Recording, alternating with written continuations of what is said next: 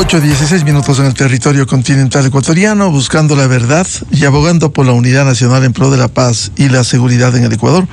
Queremos dar la bienvenida a los siguientes invitados de la revista de Opinión Democracia: el doctor Medardo Oleas, expresidente del Tribunal Supremo Electoral; la doctora Sofía Cordero, politóloga, columnista y catedrática; y el doctor Juan Manuel Fuertes, ex viceministro de Gobierno, ex asambleísta. Bienvenida, bienvenidos. Les convidamos para hablar sobre la coyuntura política electoral en momentos en los que se cierra este año. La campaña electoral formal deberá iniciarse a comienzos de enero, en condiciones quizás atípicas, con una situación compleja, crisis económica, el tema de la crisis eléctrica, que de alguna manera se ha ido reduciendo en su impacto. En todo caso, allí está. Doctor Medardo Oleas, ¿cómo ve esta coyuntura político-electoral con estos insumos? Buen día.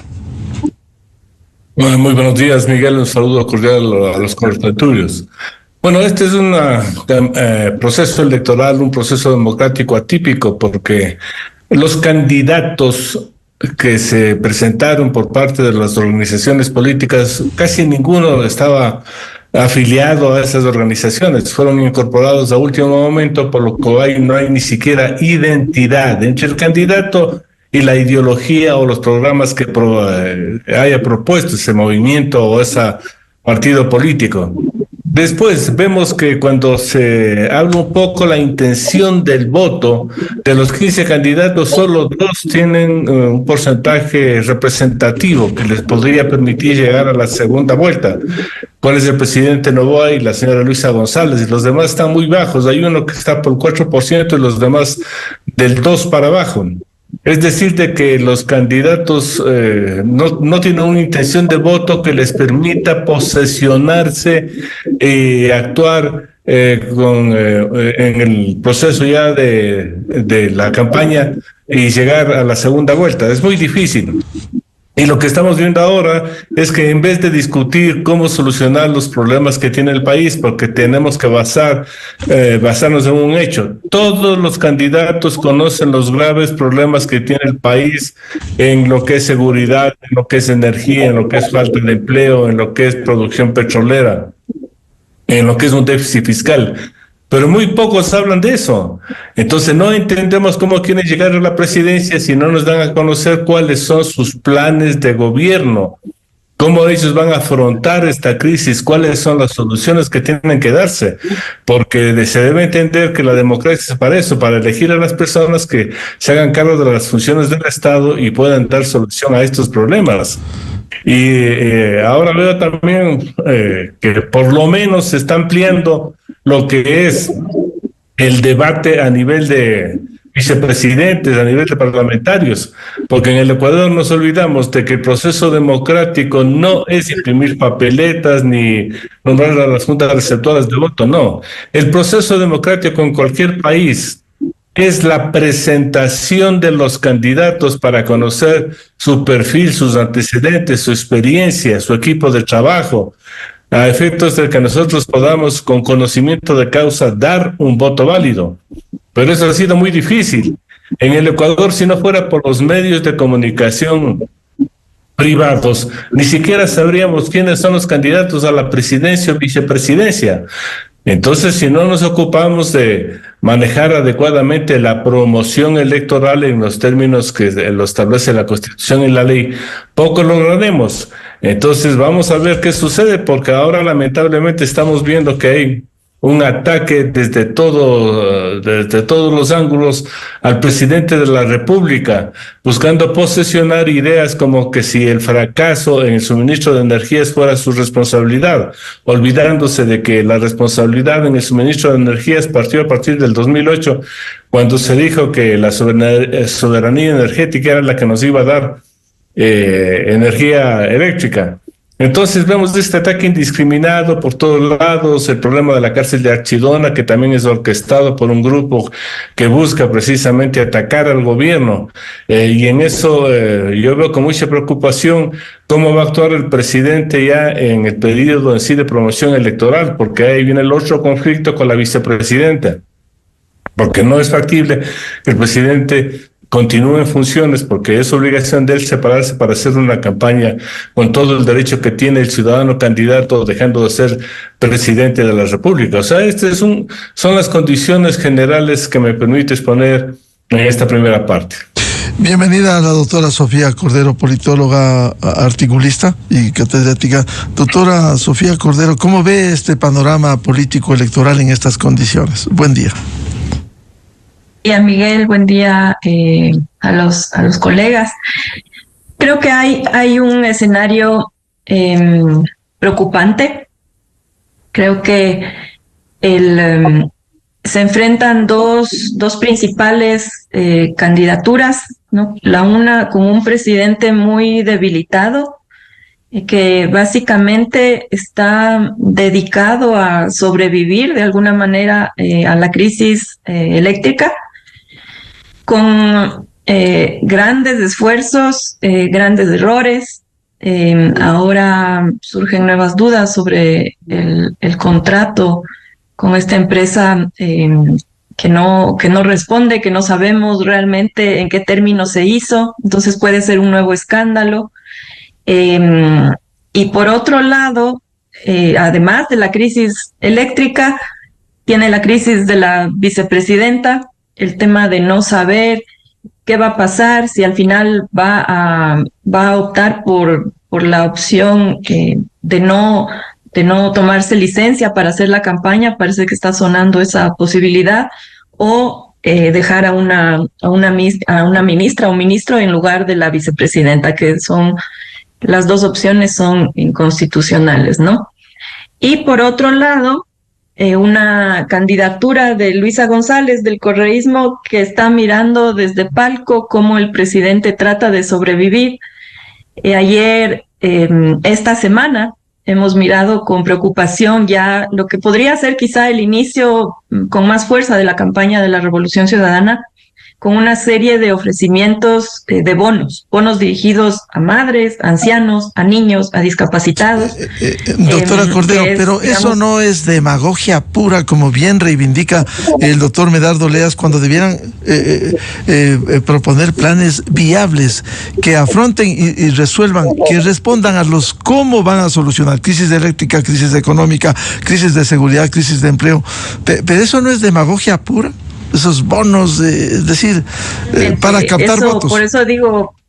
Por eso creo que hemos visto con ojos de preocupación esta primera aparición, ¿no? Que lo que hace es recordarnos quiénes son realmente, y quizá esa versión de Luisa más técnica, de una Luisa mesurada, que nos propone salidas, ¿no? Con algunos planes que ha propuesto en días anteriores. Se borra, lo escrito con la mano se borra con el codo en este derroche de propuestas de demagogia, de populismo, ¿no? Y que más bien nos hace pensar, también con declaraciones del candidato a la vicepresidencia, de que hay dinero, de que la cuestión es poner a circular ese dinero y gastar ese dinero.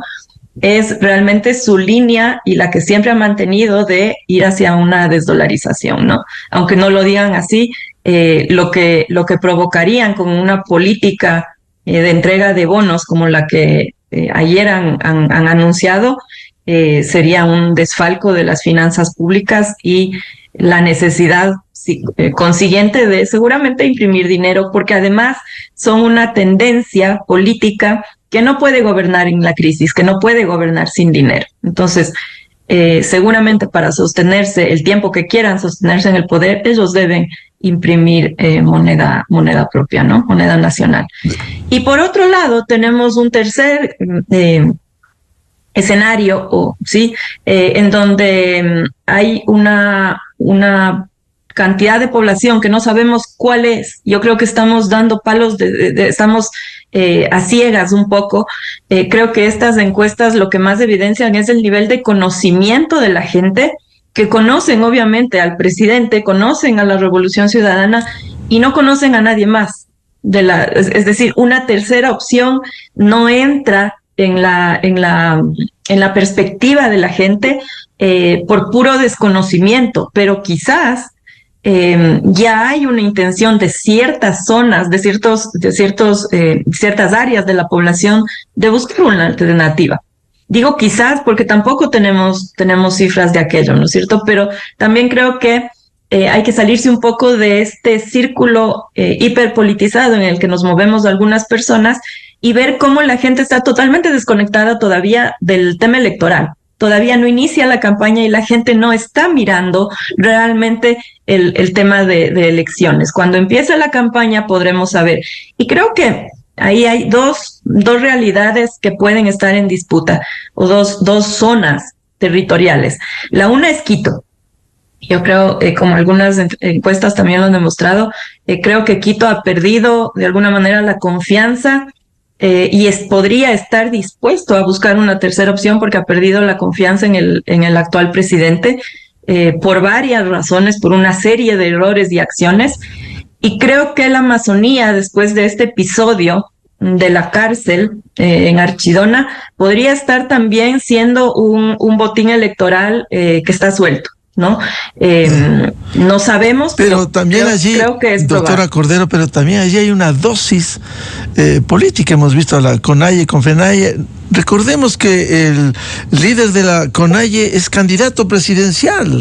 Entonces, aquí hay una dosis política que el gobierno ha rectificado y ya anunció ayer que la cárcel sería en el Cantón Salinas. Ahí yo quisiera señalar y llamar la atención de algo que me preocupa bastante y que preocupa a algunos sectores, ¿no?, de la opinión pública, y es este discurso maniqueísta de que todo aquel que se opone o que cuestiona decisiones políticas, acciones del gobierno, es o correísta o apoya al sector de la CONAIE que lidera Leonidas Diza, o es miembro de GDOs, o es crimen organizado. Yo creo que hay que tener mucho cuidado, y creo que la protesta que inició por la cárcel de Archidona y que se extendió a varias regiones o zonas de la Amazonía, y por último el día de ayer a Pastaza, fue mucho más allá, y de hecho, si uno ve las declaraciones, si uno ve las imágenes de quienes estaban en la calle, no era algo orquestado necesariamente por el correísmo y por el sector de la CONAIE que lidera Leonidas Diza. Que no digo, ¿sí?, que no haya habido quizás influencia o un deseo de penetrar en ese descontento social, pero esta era gente. Eran mujeres, eran niños, eran vecinos, eran comunidades, y eran tanto de las ciudades, de los pueblos, de los centros urbanos y de las comunidades indígenas. Y aquí algo muy importante: el hecho de poner una cárcel cerca de una población es totalmente antitécnico, es totalmente antisocial, en términos de que nuestras cárceles ahora, por la falta de políticas, por la falta de liderazgo, por una ausencia de control, son ejes y epicentros de criminalidad y violencia. Sí, ya pasó con la cárcel de Turi, que era un eje turístico de Cuenca, está destruido, ¿sí? Y ahora, y vemos en todas las ciudades más peligrosas, en Guayaquil, las zonas aledañas a la penitenciaría del litoral, a la cárcel regional, se convierten en centros de criminalidad y violencia. Y la gente, en la medida en que pueda, ¿sí?, se va a oponer a que su hábitat, ¿sí?, su barrio, su ciudad, sea en Archidona o sea en otro lugar, se convierta en un centro de violencia. Lo que sí puede pasar, ¿sí?, es que dada la obligación, es decir, el gobierno no pudo hacer otra que dar marcha atrás, porque toda la Amazonía se iba a unir en contra de la construcción de la cárcel. Pero ahora, ¿qué va a pasar en Salinas? Realmente Salinas está de acuerdo, en Santa Elena la gente está de acuerdo con que se construya esa cárcel. Yo dudo mucho que la gente quiera vivir un proceso de degradación del sitio donde vive. Claro. Pero quizás en Salinas no hay la capacidad organizativa, la fuerza organizativa que hay en las comunidades y en en los liderazgos, sí, políticos que hubo en la Amazonía. Claro, el alcalde de Salinas dijo que había terreno, es su versión del alcalde. Quiero darle bienvenida al doctor Juan Manuel Fuertes. A ver, estos ingredientes en el proceso electoral, lo de la cárcel que citaba la doctora Sofía Cordero, es evidente que hay dirigentes, hubo pronunciamientos de dirigentes de la Confenalle y CONAIE, abiertamente, pronunciamientos en primera línea. Que haya acompañado familias, niños, es también evidente, pero de alguna manera hay una dosis política, no serán todos, pero hay una dosis política que se ha evidenciado. Recordemos que el líder de la CONAIE es candidato presidencial, o sea, no se puede ocultar, y hubo dirigentes de la CONAIE que dijeron, y la CONFENAIE de la región amazónica, que se oponen a esa cárcel, además del pronunciamiento de la población. Sobre la cárcel también resulta muy difícil establecer una cárcel, porque todos, a nadie gusta que cerca de una población esté una cárcel. Ya pasó en Quito hace años, aquí en el sector de Machachi, en Alo, ya ocurrió. Ese es un pronunciamiento que se responde frente a esas propuestas del Ejecutivo. ¿Cómo ve este momento, doctor Juan Manuel Fuertes? Muy buen día. Miguel, buen día para el doctor Olea, la doctora Cordero y la audiencia, mi saludo.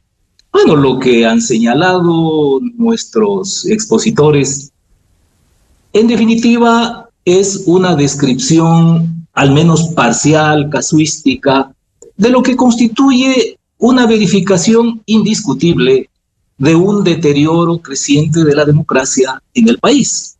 Y claro, el problema fundamental cuando hacemos este tipo de análisis radica en que la invitación a la que nos formula el medio de comunicación, el entrevistador, es al cuestionamiento desde el deber ser de la democracia como sistema de organización social, como forma de gobierno, que en definitiva termina siendo desoído por los protagonistas de la política y particularmente de la política electoral, que viven en cambio desde su realidad, desde sus intereses, de sus expectativas concretas, que no necesariamente están alineadas con ese propósito prescriptivo, con ese deber ser, y en definitiva lo que les entusiasma, les mueve, les aglutina, les lleva al análisis estratégico y a la operación, es en definitiva la consecución de la finalidad puramente electoral.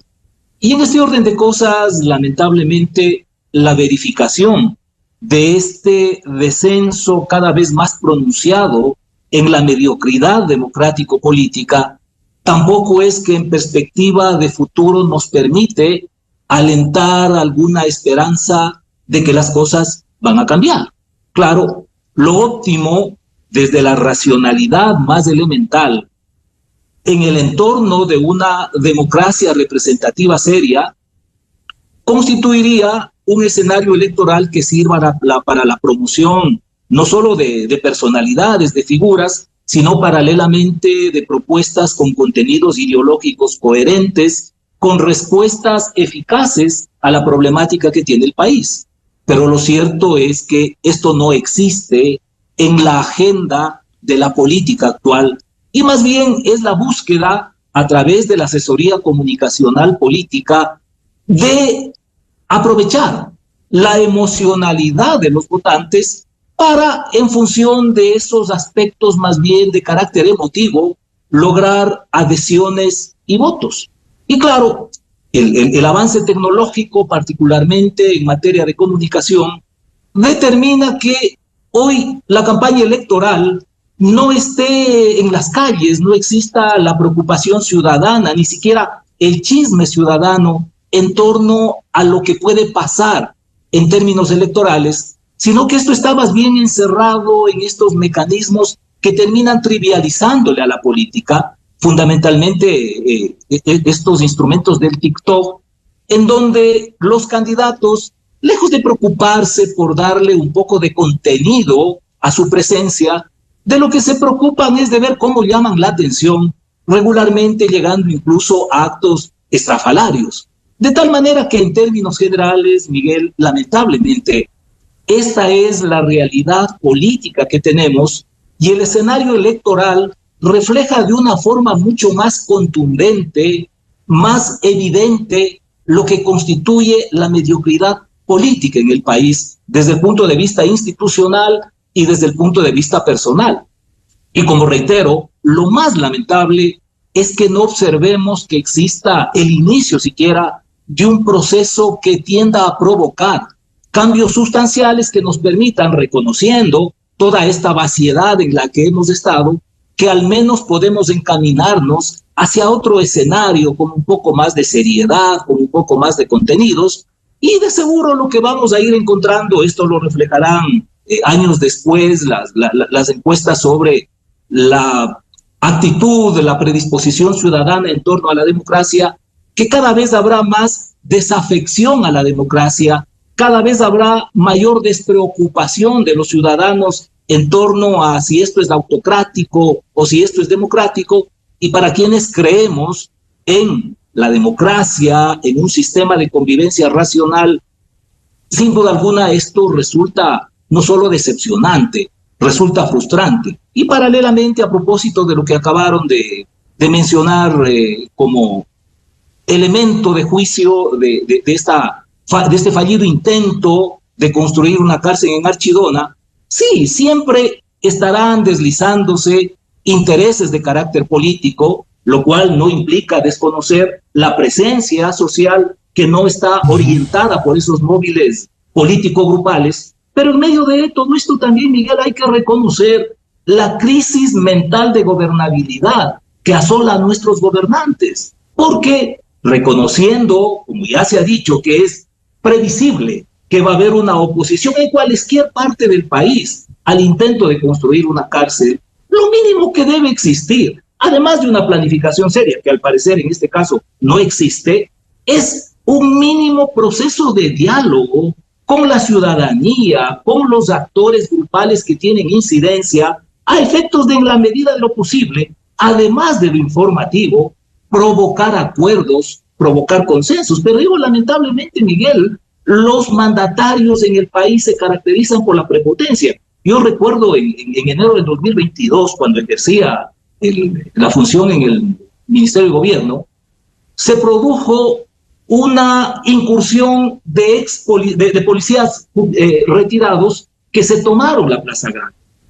Claro, ellos ya con anterioridad habían requerido al presidente Lasso una audiencia para hablar del tema del ISPOL y de la situación crítica en la que se encontraba el hospital de la policía. Y les desbordaron a los efectivos encargados de resguardar ese sector. Y lo que pedían es que el presidente les conceda 2 minutos de su tiempo. Yo coincidencialmente ese día tuve la ocasión de reunirme con el presidente Lasso porque se había convenido en tener una audiencia con el policía Olmedo, que fue procesado, finalmente absuelto por algún incidente en Riobamba, y al finalizar le solicité al presidente que conceda 2 minutos para apagar un incendio que estaba alcanzando proporciones. Y con gran prepotencia me dijo, no, yo no le recibo. O sea, esto da la pauta de que lamentablemente los problemas sociales, que son profundos, que son complejos, terminan siendo mucho más dificultosos de ser procesados porque regularmente los mandatarios actúan con prepotencia. La señora encargada de gobernabilidad la semana anterior fue allá a Archidona y les dijo que lamenta mucho, pero que el presidente es firme y que esto va porque va. ¿Cuál es el resultado? Se ha degradado la palabra del presidente porque ha puesto retro. De tal modo que lamentablemente este tipo de sucesos en estos escenarios de mediocridad político-democrática lo que hacen es acentuar las dificultades. Vuelvo con el doctor Medardo Oleas. Al final de cuentas, con estos anuncios de la cárcel y otros hechos, ¿cuánto se contribuye, por un lado, a la gobernanza del país y por otro, a generar certidumbre en los ecuatorianos para solucionar, como decía, los acuciantes problemas? Muy poco escuchamos a todos los candidatos, muy poco escuchamos cómo piensan solucionar la crisis eléctrica, la crisis de desempleo, la crisis de seguridad, y son más discursos, como recordaba la doctora Sofía Cordero, promesas económicas, el desbaratamiento del país, si es que hablan de desdolarización. Querrán los ecuatorianos la desdolarización y que tengamos una moneda local para ir a una situación como la de Venezuela, en donde el salario básico es de $4 mensuales. ¿Se querrá eso? Doctor Medardo Oleas. El Ecuador tiene un problema muy serio, muy serio. Más del 70% de los ecuatorianos repudia a la clase política, no cree en las organizaciones políticas y por lo tanto no se interesa en el proceso democrático. Por lo tanto, poco le importa lo que digan o no digan los candidatos, porque para ellos el día a día tiene más valor que escucharle a un candidato decir cualquier barbaridad de la que están diciendo ahora.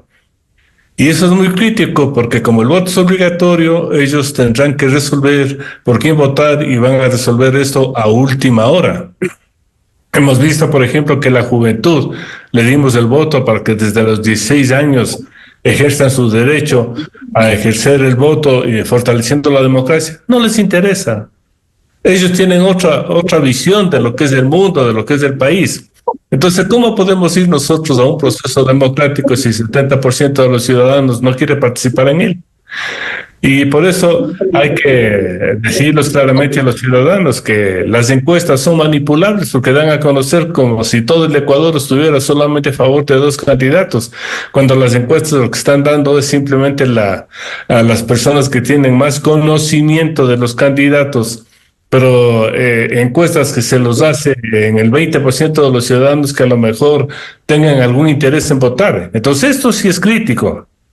Y lo segundo, Miguel, que no existe en el país una persona que pueda dar soluciones, por ejemplo, en el sector eléctrico. Los que más salen a protestar ahí son los sectores sindicales, los sectores indígenas que salen a gritar que nos den luz, cuando ellos han sido los responsables directos de que no tengamos un servicio eficiente. Entonces, no se analiza aquí cosas muy simples. Si nosotros estamos comprando la energía a Colombia 30 centavos el kilovatio, nosotros aquí pagamos a 8 centavos, de los cuales se lleva el 5% y el 4% se va para distribución. Eso significa que hay un subsidio total y absoluto del servicio de energía.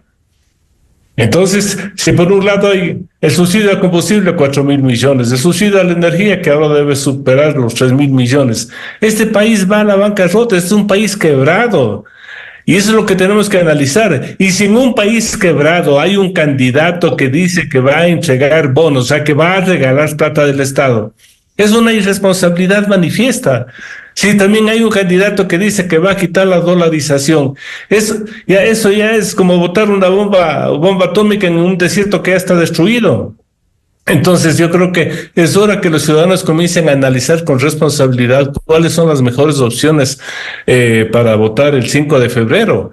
Porque si no hacemos eso los ecuatorianos, bueno, simplemente nos estamos ajustando la soga y nos ahorcaremos nosotros mismos.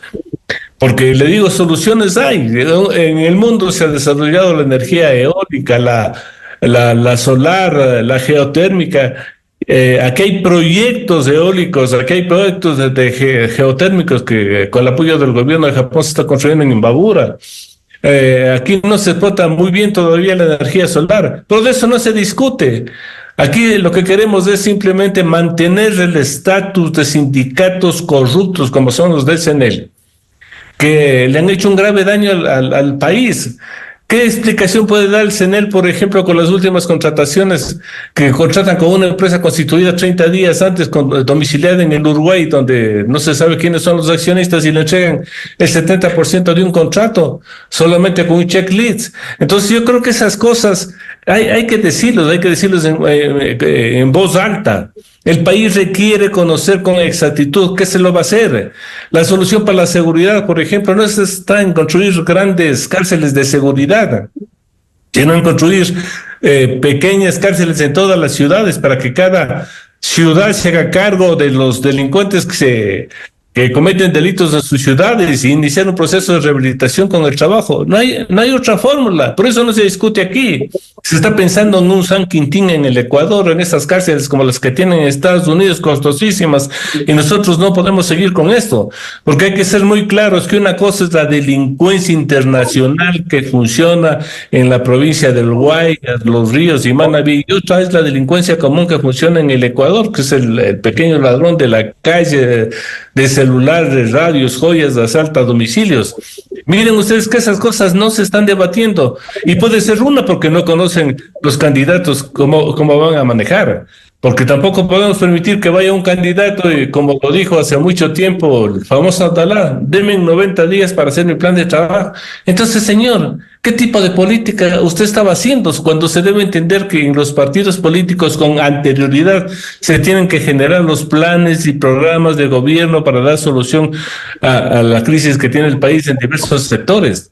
Repito, todos los candidatos conocen la profunda crisis que nosotros tenemos ahora y tenemos a futuro con la energía eléctrica, porque no es que se esté solucionando con el alquiler de barcazas, con la compra de generadores radiales subsidiados. No, hay que pensar en un sistema que nos dé energía a largo plazo. Si la población del Ecuador crece, es lógico que requiera más energía. Y aquí no se está haciendo esos estudios.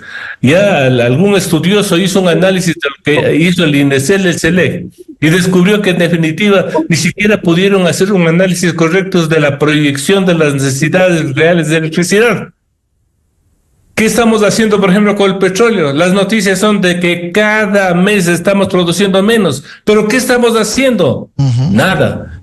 Tenemos ahí una serie de problemas críticos que para los candidatos al parecer no existen. No están viendo que día a día, por ejemplo, la droga sale por toneladas del Ecuador. Ya descubren toneladas en Bélgica, toneladas en España. El día de ayer creo que descubrieron 3 toneladas en un contenedor. Y para ellos no existe eso. Para ellos existe el bono de pobreza. ¿Por qué hay pobres? ¿Por qué hay niños desnutridos? Porque no hay agua potable, porque no hay alcantarillado, a pesar de que a los gatos se les da cualquier cantidad de dinero. Entonces comencemos a pensar ya de una manera seria de cómo salir de esta profunda crisis, pero realizando planteamientos concretos, no al estilo del guerrillero candidato que él está presente en todos los alzamientos porque simplemente él piensa que se va a posicionar. Promoviendo alzamientos de ciertos sectores, como él lo llama, que son protestas callejeras violentas.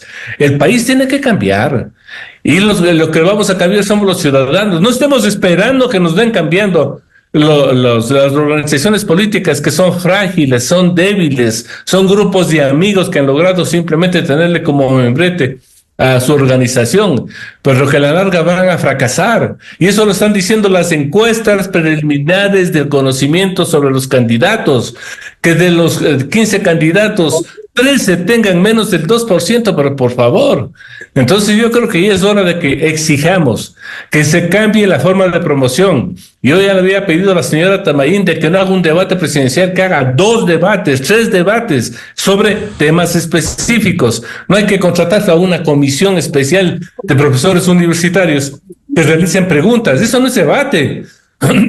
Realizar una pregunta para que conteste no es debate. Debate es la exposición clara que tiene que hacerle una persona sobre un tema específico. Por ejemplo, la crisis de la energía, ¿cómo van a solucionar? Entonces cambiemos, pero fundamentalmente tenemos que cambiar los ecuatorianos, porque si no nos importa la política y vamos a votar escogiendo a cualquier persona por afectos, desafectos, porque habla bonito, porque es simpático, porque me cayó bien, simplemente el Ecuador seguirá manejado por los peores ciudadanos. Y no se diga una asamblea.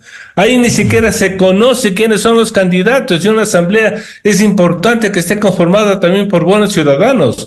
Entonces eso es lo que tenemos ahora y eso es lo que tenemos que cambiar. Que quizás una vez que pase las Navidades, la fiesta de Año Nuevo, en la etapa de promoción electoral, nosotros los ciudadanos exijamos por escrito que los candidatos se pronuncien sobre estos 4 o 5 temas que son los fundamentales para el desarrollo del país y que ninguno de ellos lo está manifestando en forma clara, puntual y concreta. Doctora Sofía Cordero, ¿cómo exigir a los candidatos, a todos, que sean claros en las soluciones, no en los diagnósticos, no en las promesas demagógicas de dinero, de bonos, que permita dar certeza a los ecuatorianos, que, como dice el doctor Medardo Oleas, la gente no cree en la clase política, en las empresas electoreras que se activan precisamente para estos eventos comiciales. Y aquí creo que hay dos temas. El tema de las candidaturas y de la falta de propuestas.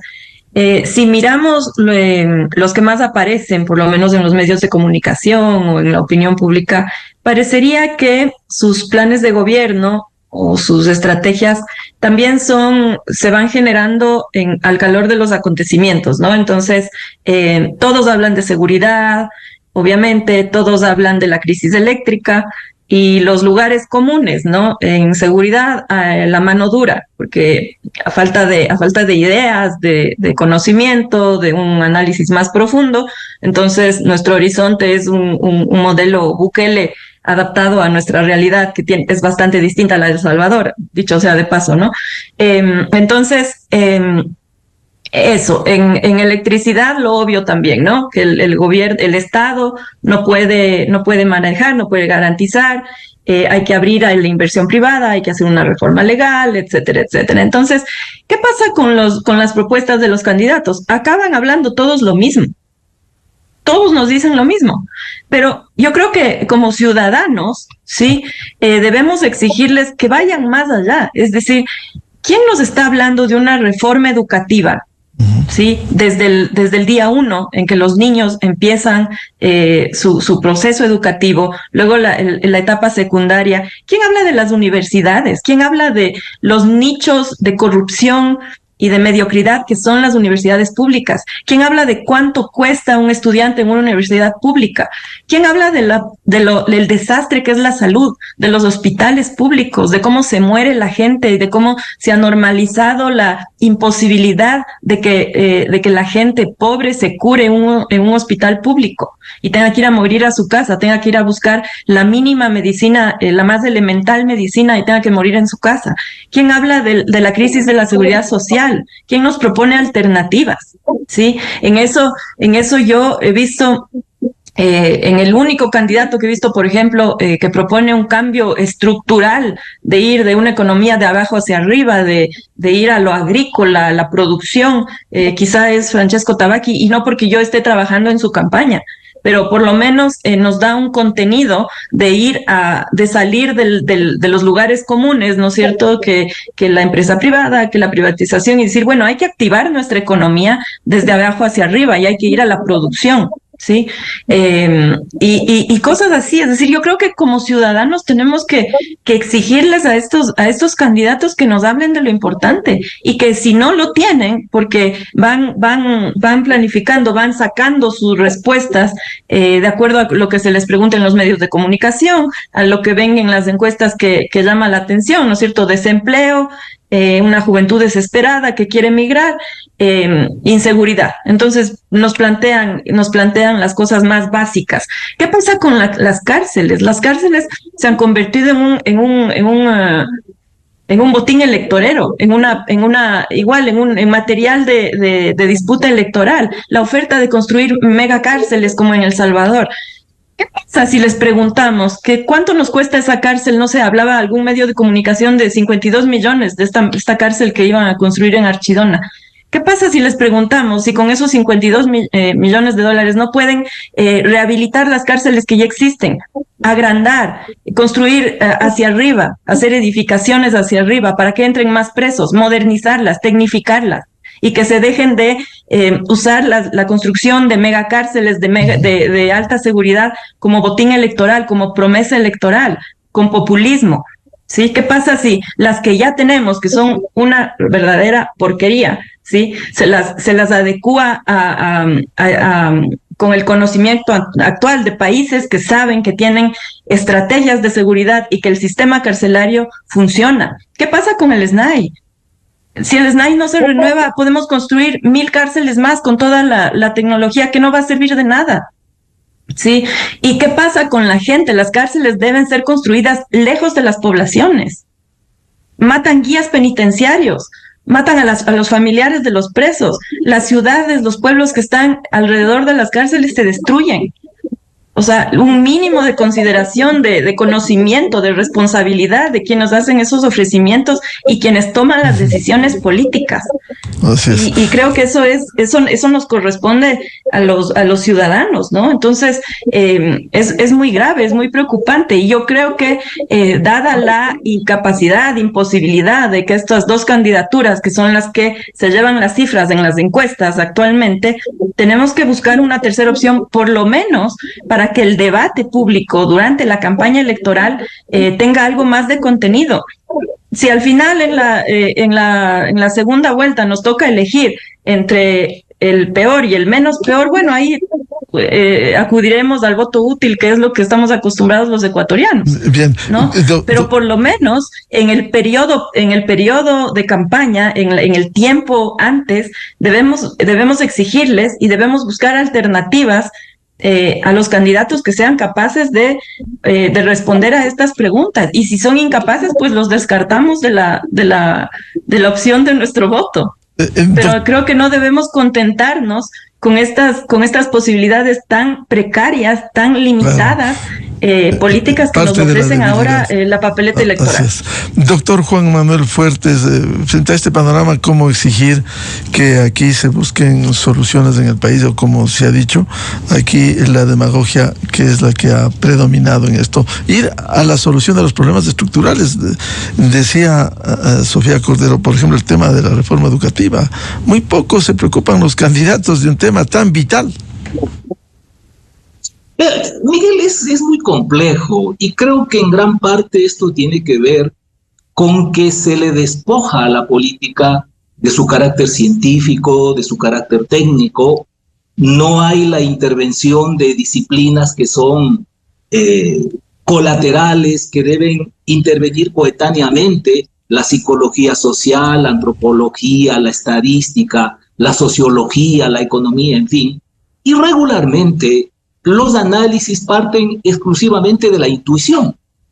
Y por otra parte, me parece que en el país otro de los problemas gravitantes que tenemos es un problema de método, porque tendemos mucho a involucrarnos en una cantidad de lluvia de ideas, muchísimas de ellas valiosas, pero que en la medida que no están sistematizadas, en poco tiempo se evaporan, no aterrizan en algo concreto que fundamentalmente implique un proceso que gradualmente vaya provocando cambios. Y en este orden de cosas, respecto del reclamo de por qué desde la ciudadanía no se ejerce una presión para exigir a los candidatos que actúen con un comportamiento propositivo, hay que tomar en cuenta que la participación ciudadana no surge espontáneamente. No es que nosotros congénitamente somos ciudadanos con unas ganas bárbaras de participar. No es así. Este es un proceso y un producto cultural.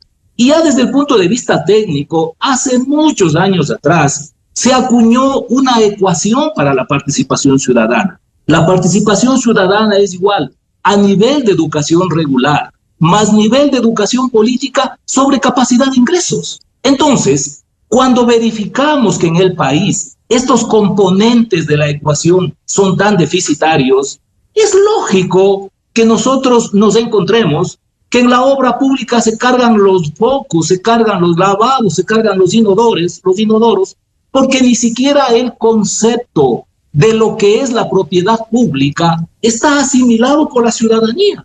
En consecuencia, de lo que se trata es de incidir en esos componentes y particularmente se requiere de educación política. Pero esto empieza siendo una negación en sí mismo en la medida que no hay organizaciones políticas que son por esencia las que deben dedicarse a la educación política de los ciudadanos.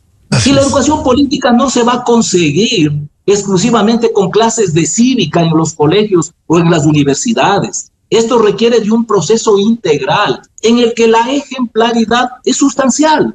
Porque ¿qué sacamos hablándoles de reglas de honestidad pública a los niños, a los jóvenes, cuando vemos que los protagonistas políticos, mediáticos, hacen todo lo contrario de lo que les enseñan en las clases de cívica, en las escuelas, los colegios o las universidades. Entonces digo, es complejo. Sin duda alguna, y hay un gran desafío que tiene que ser canalizado, reitero, reconociendo el valor científico de la política y yendo mucho más allá de la buena intención.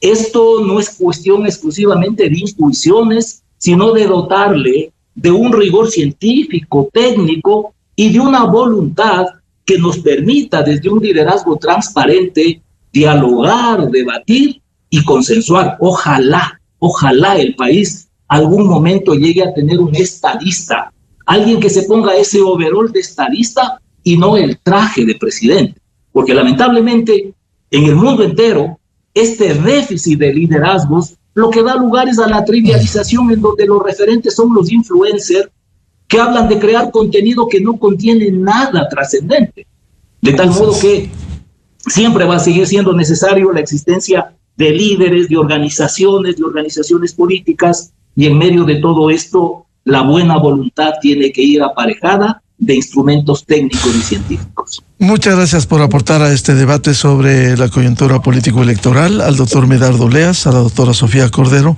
y al doctor Juan Manuel Fuertes. Muy amables, muy buen día. Buenos días, Miguel. Buenos días, Miguel, un gusto. Muchas gracias. Con esto cerramos la jornada de entrevistas y debates, la opinión diversa y libre en la revista de Opinión Democracia. Lo recomendamos, ya viene en ExaFM, el show de la papaya. Y a los miles de seguidores de la revista de Opinión Democracia les agradecemos su amable seguimiento. Les deseamos un feliz martes a todos. Muy buen día. La revista de Opinión Democracia, buscando la verdad en todas partes. Esto es Exa Informa por Exa FM. El constitucionalista Javier Palacios y el experto en temas electorales Diego Zambrano despejan la duda sobre si el presidente Daniel Noboa debe o no tomar licencia durante el periodo electoral. Al presidente Noboa no le correspondería solicitar la licencia, porque técnicamente lo que él está participando